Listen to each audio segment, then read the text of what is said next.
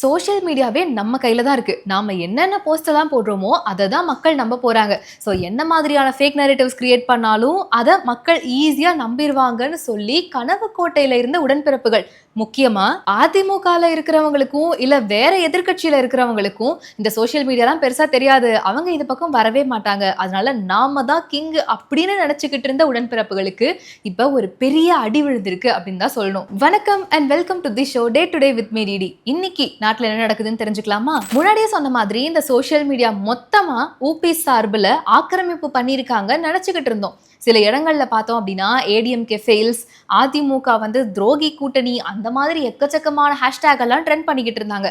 இதெல்லாம் தான் ஹைலைட்டா இருக்க போகுது. மக்கள் இதை பத்தி தான் பேச போறாங்கன்னு நினைச்சா இப்போ கரண்டா ட்ரெண்ட் ஆகிக்கிட்டு இருக்க ஹேஷ்டேக் என்ன தெரியுமா? பாய் பாய் ஸ்டாலின் அப்படிங்கிறது தான். ஆமா, இதுக்கு மேல நீங்க வரவே தேவையில்லை, உங்களை யாரும் கூப்பிடவே இல்லை அப்படிங்கறத குறிக்கிற விதமா இந்த பாய் பாய் ஸ்டாலின் அப்படிங்கிற ஹேஷ்டேக் தான் பயங்கரமா சோஷியல் மீடியால ட்ரெண்ட் ஆகிட்டு இருக்கு. அது மட்டும் இல்லாம அதிமுக சார்பில் ஒரு வீடியோ ஒன்று ரிலீஸ் பண்ணிருக்காங்க. அந்த பாட்டு இப்ப இன்னுமே ட்ரெண்டிங்கா இருக்கு.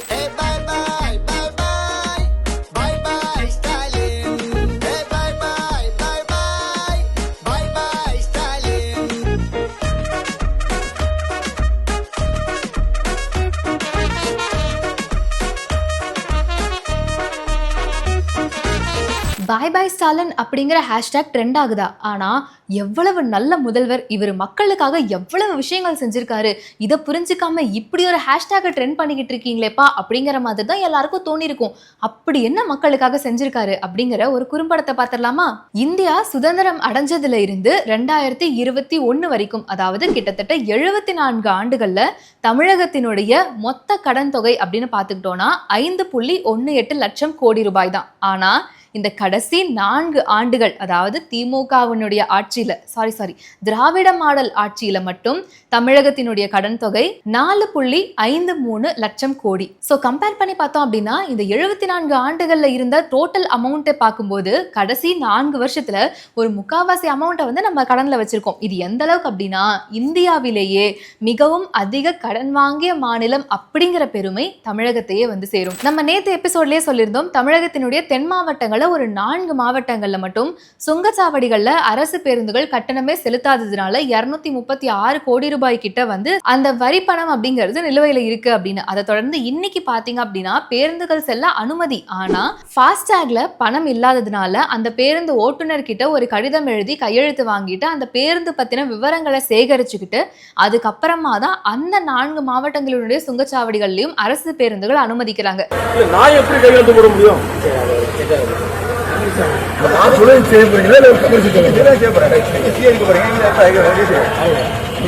இதை ஒவ்வொரு வாட்டி செஞ்சு முடிக்கிறப்பையும் கிட்டத்தட்ட 1/4 மணி நேரத்துல இருந்து 1/2 மணி நேரம் தாமதம் ஆகுறதுனால பயணிகள் எல்லாரும் சிரமத்துக்கு ஆளாகிறாங்க அப்படின்னு சொல்லியிருக்காங்க.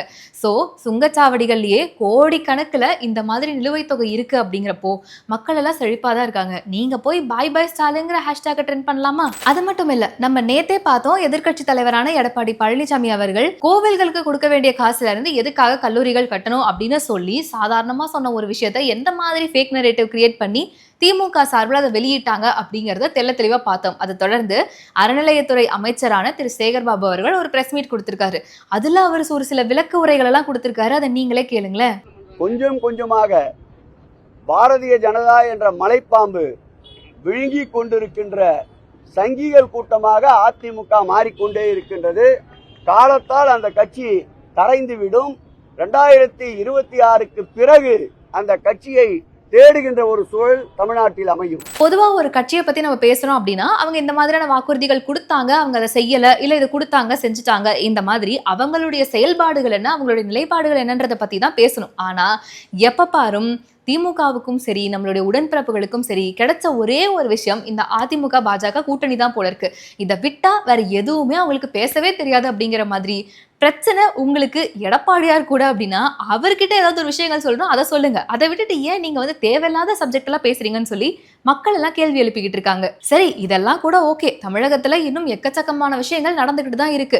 இதெல்லாம் பார்க்க வேண்டிய நம்மளுடைய முதல்வர் மு.க. ஸ்டாலின் அவர்கள் என்ன பண்ணிக்கிட்டு இருக்காரு அப்படின்னா, திருவாரூர்ல ஓரணியில் தமிழ்நாடு அப்படிங்கிற பரப்புரைக்காக இன்னைக்கு மக்கள் கிட்ட பேசிக்கிட்டு இருக்காரு. திருவாரூர்ல முன்னாள் முதலமைச்சரான திரு கருணாநிதி அவர்கள் வாழ்ந்த சந்நிதி தெருவுல தான் இன்னைக்கு இந்த பரப்புரையை நான் மேற்கொண்டுகிட்டு இருக்கேன். அது மட்டும் இல்லாம ஆரம்பிச்ச சில தினங்கள்லயே 50 லட்சம் உறுப்பினர்கள் சேர்ந்துட்டாங்க அப்படின்ற மாதிரி தெரிவிச்சிருக்காரு. அது மட்டும் இல்ல, திருச்சுழி சட்டமன்ற தொகுதியில மட்டும் 54,000 பேர் இது வரைக்கும் உறுப்பினர்களா சேர்ந்திருக்காங்க. 30,000 குடும்பங்கள் கிட்ட சேர்ந்திருக்காங்க. இருக்கிறதுலே டாப்பான ஒரு கணக்குன்னு பார்த்தோம்னா இதுதான். இன்னும் நிறைய சட்டமன்ற தொகுதிகளில் இன்னும் நிறைய பேர் சேர்க்கணும் அப்படிங்கிறது என்னுடைய ஆசையாகவும் இருக்குன்னு சொல்லி பயங்கரமா ட்வீட் எல்லாம் போட்டு அவருடைய எக்ஸ் தளத்துல பதிவு பண்ணியிருக்காரு. அதுக்கப்புறமா திருவாரூர்ல அவர் ஒரு ஸ்பீச் கொடுத்திருக்காரு. அந்த ஸ்பீச்சை பாருங்களேன். அதிமுகவை மீட்க முடியாத இவர் தமிழகத்தை மீட்க போகிறாராம். திருவாளர் பழனிசாமி அவர்களே, உங்க கிட்ட இருந்து தமிழ்நாடு ஏற்கனவே மீட்கப்பட்டு விட்டது. கூவத்தூர்ல ஏலம் எடுத்து கரப்ஷன் கலெக்ஷன் கமிஷன் தமிழ்நாட்டையே பார்க்காத அவலமான ஆட்சியை நடத்தினீங்க. கொஞ்சம் நஞ்சமல்ல, செஞ்ச குற்றங்கள்ல இருந்து காப்பாத்திக்க பாஜக கிட்ட ஒட்டுமொத்தமாக தமிழ்நாட்டையும் தமிழர்களையும் அங்கே கொண்டு போய் அவருடைய உரிமைகளை அடகு வச்சிங்க. நீங்க செஞ்ச கேடுகள் 1 2 அதையெல்லாம் சரி செஞ்சு இன்று இந்தியாவிலேயே தமிழ்நாட்டுடைய வளர்ச்சி தான் நம்பர் 1, 9.69 விழுக்காடு. இதை நான் சொல்லல, இதை ஒன்றிய அரசால சொல்லி இருக்கிறாங்க. ஒன்றிய அரசால இதை மறைக்க முடியல, மறுக்க முடியல. தலை நிமிர்ந்த தமிழ்நாட்டை இன்னைக்கு வளர்த்தெடுத்திருக்கிறோம். வெளிமாநில மக்கள் எல்லாம் தமிழ்நாட்டை பற்றி பெருமையோடு பேசுறாங்க. அதாவது மற்ற மாநில மக்கள் எல்லாருமே தமிழகத்தை வியந்து பார்க்குற அளவுக்கு தான் நம்மளுடைய மாநிலம் இருக்குன்னு சொல்றீங்க. எது? இந்த கடன் வாங்கின விஷயத்திலையா? இது ஒரு பக்கம் இருக்கட்டும். இன்னொரு பக்கம் நம்ம எல்லாருக்குமே தெரிஞ்சது இந்த பரந்தூர் விமான நிலைய பிரச்சனை தான். அதுக்கு தாவேகா சார்பில் போராட்டம் நடத்தப்படும் அப்படின்னு அறிவிச்சிருந்தாங்க. விவசாயிகளுக்கு நாங்கள் கூட நிற்போம் அப்படின்னு சொல்லி தாவேகாவினுடைய கட்சி தலைவரான விஜய் அவர்கள் அறிவிச்சிருந்தாரு. இந்த மாதிரி நிறைய விஷயங்கள் போய்கிட்டு இருக்கு. அதை தொடர்ந்து நேத்து பாத்தீங்க அப்படின்னா பரந்தூர்ல இருக்க விவசாயிகள் அவங்களுடைய நிலங்களை பத்திரப்பதிவு பண்ணி கொடுக்கறதுக்காக போயிருக்காங்க அப்படிங்கிற மாதிரியான தகவல் வெளியாச்சு. இவ்வளவு தூரம் விவசாயிகள் எதிர்த்து போராடிக்கிட்டு இருக்காங்க அப்படிங்கிறப்போ இது எப்படி நடக்கிறதுக்கான சாத்தியம் இருக்கும் அப்படின்னப்போ, இல்ல அங்க இருக்கிற மக்கள் எல்லாருமே ரெடியா தான் இருக்காங்க, இங்க இருக்கிறவங்க தான் தேவையில்லாம அதாச்சும் ஒரு சீன் கிரியேட் பண்றாங்க அப்படிங்கிற மாதிரி வழக்கம் போல உடன்பிறப்புகள் சார்பில் இன்னும் ஒரு மட்டமான ஒரு ஃபேக் நரேட்டிவை கிரியேட் பண்ணாங்க. ஆனா அது எல்லாமே பொய் அப்படிங்கிறது தெரிய வந்திருக்கு. அந்த பரந்தூர் விமான நிலைய எதிர்ப்பு குழுவினுடைய தலைவரான திரு சுப்பிரமணியம் அவர்கள் ஒரு விஷயத்த சொல்லியிருக்காரு. ஆக்சுவலா இந்த பத்திரப்பதிவு எல்லாமே பரந்தூர்ல வெளியூர் வாழ்ந்துட்டு இருக்கிறவங்க சிலர் நிலத்தை வாங்கியிருப்பாங்க. அவங்க தான் தங்களுடைய நிலங்களை பத்திரப்பதிவு பண்ணி கொடுத்துருக்காங்க. உள்ளூர்ல இருக்கிற விவசாயிகள் யாருமே இதுக்கு ஒத்துக்கவே கிடையாது. இது விவசாயிகளை மன உளைச்சலுக்கு ஆளாக்கி அவங்கள உளவியல் ரீதியா பலவீனப்படுத்துறதுக்காக தான் இந்த மாதிரியான விஷயங்களை செஞ்சுக்கிட்டு இருக்காங்க அப்படிங்கிற மாதிரி அவருடைய கருத்து தெரிவிச்சிருக்காரு. இதை சட்ட ரீதியா மேற்கொண்டு நாங்க போராட்டம் நடத்துவோம் அப்படின்னு சொல்லியிருக்காரு. உண்மையாலுமே இது பாக்குறதுக்கு லைட்டா கத்திப்பட எஃபெக்ட் வருது அப்படின்னு தான் சொல்லணும். ஒரு ஊர்ல விவசாயிகள் இவ்வளவு தூரம் போராடிக்கிட்டு இருக்காங்கன்னா அதுலயும் ஒரு ஃபேக் நரேட்டிவ்ஸ் ஊபிஸ் எல்லாம் கிரியேட் பண்றாங்கன்னா இதெல்லாம் பாக்குறப்ப உங்களுக்கு என்ன தோணுது அப்படிங்கறத மறக்காம கமெண்ட்ஸ்ல சொல்லுங்க. உடன்பிறப்புகள் தான் இப்படி எல்லாம் பண்ணிக்கிட்டு இருக்காங்க அப்படின்னா இவங்க கூட்டணி கட்சிகள் எப்பயுமே ஏதாவது ஒண்ணு பண்ணிக்கிட்டே தான் இருப்பாங்க. என்னடா எல்லாரும் சைலண்டா இருக்காங்களே அப்படின்னு ஒரு செகண்ட் யோசிச்சோம். ஆனா அதுக்குள்ள இன்னொரு சலசலப்பு நடந்திருக்கு.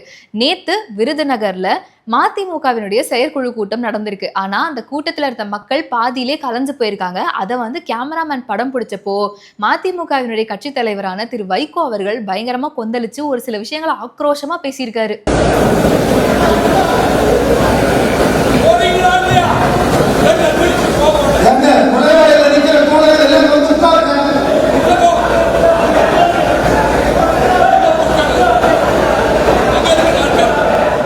தலைவரையே இந்த அளவுக்கு டென்ஷன் பண்ணிருக்கீங்களா? தலைவரே, நீங்க வீட்டுல இருந்து ரெஸ்ட் எடுங்க, உங்களுக்கு ஏன் இவ்வளவு சிரமம், ஒரு காலத்துல நீங்க எப்படி இருந்தீங்க, இதெல்லாம் நமக்கு தேவையானு சொல்லி மக்கள் எல்லாரும் மதிமுக கட்சியினுடைய தொண்டர்கள் எல்லாரும் இப்ப கமெண்ட் பண்ணிட்டு இருக்காங்களாம். இதுவரைக்கும் கடந்த 4 வருடங்கள்ல மட்டும் 25 லாக்அப் மரணங்கள் நடந்திருக்குன்னு நமக்கு தெரியும். கடைசியா நடந்த அஜித்குமாரனுடைய கொலை வழக்கும் சேர்த்து இன்னைக்கு பாத்தீங்க அப்படின்னா தாவேகா கட்சி தலைவரான விஜய் அவர்கள் அந்த லாக்அப் டெத்னால மரணம் அடைந்தவங்களோட குடும்பத்தை இன்னைக்கு நேர்ல சந்திச்சு அவங்களுக்கு நிதியுதவி வழங்க போறாரு அப்படிங்கிற மாதிரியான தகவல் வெளியாயிருக்கு. அது தொடர்ந்து உடனே நம்ம திமுக சார்பில் தாவேகாவை அடிக்கணும்னா அவங்க வச்சிருக்க ஒரே ஒரு அடியாள் கைகூலி எப்படி வேணாலும் வச்சுக்கலாம். அது யாருன்னு கேட்டீங்கன்னா நம்மளுடைய வைஷ்ணவி அக்கா தான். உடனே வைஷ்ணவி அக்கா பொங்கி எழுந்துட்டாங்க. அவங்க வந்து ஒரு சூப்பரான கேள்வியை கேட்டிருக்காங்க. அதாவது எல்லாரையும் பனையூருக்கு கூப்பிட்டு தான் நீங்க வந்து இந்த விஷயங்கள்லாம் செய்வீங்க அப்படின்னா நீங்க எதுக்கு கட்சி தலைவரா இருக்கீங்க? நீங்க போய் களத்துல இறங்கி மக்கள் கூட பேசினாதான் மக்களை நேசிக்க முடியும் அப்படின்னு சொல்லியிருக்காங்க. உண்மையானுமே வேலிடான பாயிண்ட். இதை நான் தப்பே சொல்ல கிடையாது. இதுக்கு முன்னாடி ஒரு டிஸ்க்ளைமரும் கொடுத்துட்றேன். நான் வந்து அதிமுகவுக்கோ தாவேகாவுக்கோ எந்த கட்சிக்கும் சப்போர்ட் கிடையாது. ஒரு மக்களா என்னுடைய கேள்வியை நான் கேட்கிறேன். வைஷ்ணவி அக்கா அதாவது ஓரணியில் தமிழ்நாடுன்னு சொல்லி பரப்புரைக்காக உறுப்பினர்கள் சேர்க்கணும்னு சொன்னதும் இன்னைக்கு முதலமைச்சர் மு.க. ஸ்டாலின் அவர்கள் வீடு வீடாக சென்று மக்களை சந்திக்கிறார் அப்படிங்கிறது தான் எல்லா சேனல்லையும் டாப் நியூஸா இருக்கு. நீங்க சோசியல் மீடியாலாம் எடுத்துக்கிட்டீங்கன்னா கூட முதல்வர் அவர்கள் வீடு வீடாக செல்கிறார் அப்படிங்கிறது தான் ஹைலைட்டான பாயிண்டா இருக்கு. இவ்வளவு வீடு வீடா போக தெரிஞ்ச முதல்வர் அவர்களுக்கு இன்னைக்கு வரைக்கும் ஏன் அஜித்குமாருடைய வீட்டுக்கு வழி தெரியல? இதுக்கு முன்னாடி 24 பேர் இறந்து போனாங்களே அவங்களுடைய குடும்பங்களுக்கும் அவங்களுடைய வீட்டுக்குமா வழி தெரியல? இந்த மாதிரியான விஷயங்கள்லாம் பண்ணிட்டு நீங்க இப்படி ஒரு கேள்வி கேட்கலாமான்னு நான் கேட்கல, நானும் கேட்குறேன், மக்களும் கேட்குறாங்க. அதாவது பேசணும்னா ஒரு நியாயமா பேசணும். ஒருத்தவங்களை அடிக்கணும்னு முடிவு பண்ணிட்டோம் அப்படின்னா என்ன வேணா இஷ்டத்துக்கு பேசலாம் அப்படிங்கிறதையே நம்ம ஊபிஸ் எல்லாரும் குறிக்கோளா கொண்டுகிட்டு இருக்காங்களோ அப்படிங்கிற மாதிரி தான் இதை பார்த்தா தோணுது. இன்னைக்கு எதிர்க்கட்சி தலைவரான திரு எடப்பாடி பழனிசாமி அவர்கள் விழுப்புரம், விக்கிரவாண்டி, திண்டிவனம் இந்த தொகுதிகளில் பார்க்க போறாரு. இந்த தொகுதிகளில் இருக்க மக்கள் கிட்ட பேச போறாரு அப்படின்னு சொல்லியிருக்காங்க. ஆல்ரெடி கொங்கு சைடை முடிச்சுட்டு வந்திருக்காங்க. கோயம்புத்தூர்ல மக்களுடைய வரவேற்பு அவ்வளவு சூப்பரா இருந்துச்சுன்னு சொல்லி வீடியோஸ் எல்லாம் பயங்கரமா வைரல் ஆச்சு. இன்னைக்கு இந்த தொகுதிகளில் போய் பார்க்க போறாரு அப்படிங்கிறப்போ இங்க மக்களுடைய வரவேற்பு எந்த மாதிரி இருக்கும்னு சொல்லி ஆவல் அதிகமாகிக்கிட்டே இருக்கு. பிரதமர் மோடி அவர்கள் 5 நாடுகளுக்கு சுற்றுப்பயணம் மேற்கொண்டிருக்காரு அப்படிங்கிற தகவலை நம்ம பார்த்தோம். அது மட்டும் இல்லாம 2 நாடுகள்ல அந்த நாட்டினுடைய உயரிய கௌரவ விருதுகளையும் பிரதமர் மோடி அவர்களுக்கு கொடுத்திருக்காங்க நம்ம பார்த்தோம். அதை தொடர்ந்து இன்னைக்கு தன்னுடைய 8 நாள் சுற்றுப்பயணத்தை முடித்துக்கொண்டு அதாவது அர்ஜென்டினா, பிரேசில் இந்த மாதிரி நாடுகளை சுற்றி பார்த்துட்டு அங்க நம்மளுடைய நாடுக்கும் அந்த நாட்டுக்கும் இருக்கிற உறவை பலப்படுத்துற முறையில நிறைய விஷயங்கள் பேசினதுக்கு அப்புறமா இன்னைக்கு நமீபியா நாட்டிலிருந்து டெல்லிக்கு பிரதமர் மோடி அவர்கள் திரும்புறாரு. இங்கேயுமே நம்மளுடைய உடன்பிறப்புகள் சும்மா இருக்க மாட்டேங்கிறாங்க. அதாவது இவங்களுக்கு வந்து எடப்பாடியார் கூட பிரச்சனை, அதிமுக பாஜக கூட தான் பிரச்சனை, இந்த கூட்டணி பத்தி பேசினாதான் உங்களுக்கு தூக்கமே வரும்னு நினைச்சுக்கிட்டு இருந்தா இந்த விஷயத்துல கூட நாங்க ஏதாவது பேசுவோம் அப்படிங்கிற மாதிரி பிரதமர் மோடி அவர்கள் இந்தியாவுக்கே சுற்றுப்பயணமா தான் வராரு, அவர் வந்து எப்பயுமே வெளிநாடுகளுக்கு சுற்றுப்பயணம் மேற்கொண்டுகிட்டே இருக்காருன்ற மாதிரி நிறைய விமர்சனங்களை வைக்க ஆரம்பிச்சிட்டாங்க. அதாவது இந்த ஜியோ பாலிடிக்ஸா இருக்கட்டும், 2 நாடுகளுக்கு இடையில இரு பிரதமர்கள் பேசிக்கிறது எந்த அளவுக்கு முக்கியமான விஷயம், அவங்க என்னென்ன மாதிரியான விஷயங்களை பேசிப்பாங்கன்ற எந்த ஒரு புரிதலுமே இல்லாம இவங்க ஏதாவது ஒன்று சொன்னா போதும்னு சொல்லிக்கிட்டே இருக்காங்க. இந்த மாதிரி பண்ணிக்கிட்டு இருக்க நம்ம உடன்பிறப்புகளுக்குலாம் நீங்க என்ன சொல்லணும்னு நினைக்கிறீங்கன்றத கமெண்ட்ஸ்ல சொல்லுங்க. ஒவ்வொரு மாதமும் 1 கோடிக்கும் அதிகமான பார்வையாளர்களை சென்று சேரும் பேசு தமிழா பேசு சேனல் உங்கள் நிறுவனத்தை விளம்பரப்படுத்த வேண்டுமா? திரையில் தெரியும் எண்ணை இப்போதே தொடர்பு கொள்ளுங்கள். கருப்போட அணிஞ்சிட்டு காலபைரவர் வழிபாடு அதை தொடர்ந்து அவங்க செய்து வர அவங்களுக்கு இந்த தோஷம் அடிபட்டு அந்த பேர் பவர்ஃபுல்லாக இருந்தாக்கா இவங்க பவர்ஃபுல்லாக இருப்பாங்க. அந்த பேர் ஒரு பவர்லெஸ்ஸாக இருந்தால் இவங்க பவர்லெஸ் ஆயிடுவாங்க. பைரைட்டுங்கிறது ஒரு நல்ல சக்தி வாய்ந்த கல்.